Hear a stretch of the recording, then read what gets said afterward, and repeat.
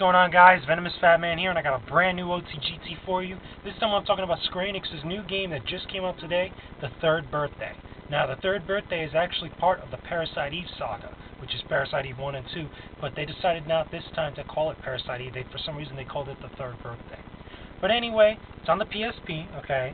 And to be honest with you, here's my true feelings of it. I'm not really of a horror fan, so I try going in with kind of an objective view of what I saw and what I experienced rather than, prior knowledge to the past Parasite Eve games.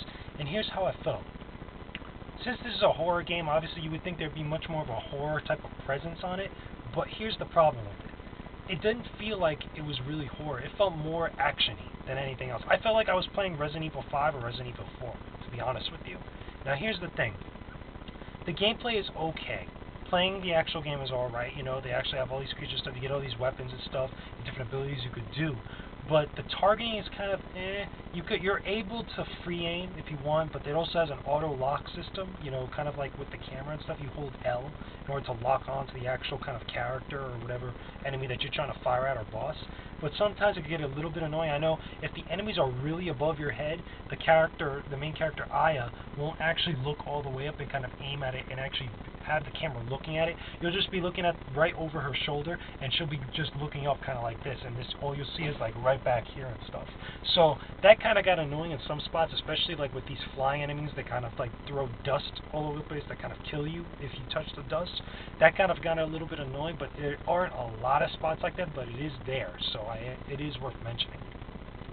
Overall, the graphics of the game looks pretty decent for a PSP game.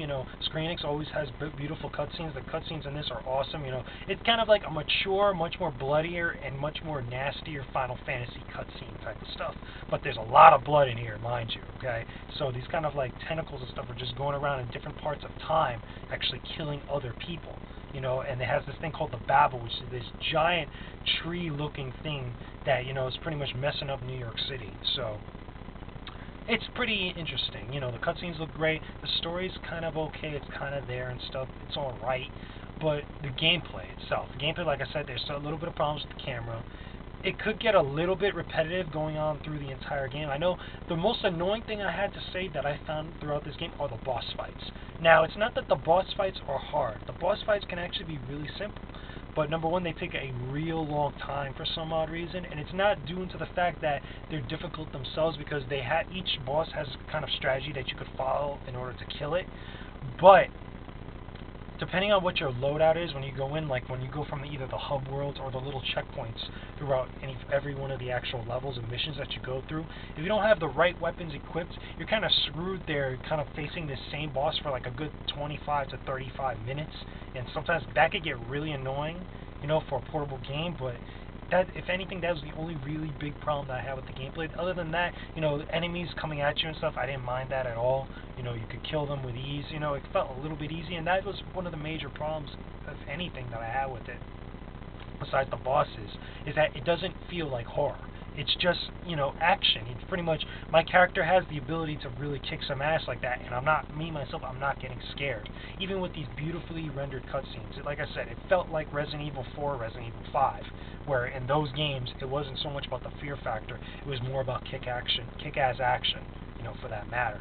But either way, is The Third Birthday a good game? It is a decent game. If you're a fan of Parasite Eve, this might be a little bit of kind of like an off-road from the actual series. But if you want to check it out anyway, go ahead, be my guest. For those fans out there that are looking for a game that will really get the most out of their PSP. Honestly, I would say maybe you might want to pass on it. It is still a decent game, though. If you still want to check it out, go ahead. But a definite buy it is? No, not at all. So anyway, that's just my thoughts about The Third Birthday by Square Enix. Leave your comments and video responses, guys. I don't mind. Just keep it civil. Let me know what you guys think of this whole thing.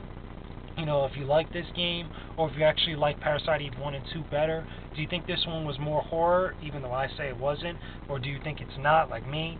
Just put it on there in the comments section below, and I'll talk to you guys again soon. Venomous is out. That was only the goddamn truth. Talk to y'all later, people.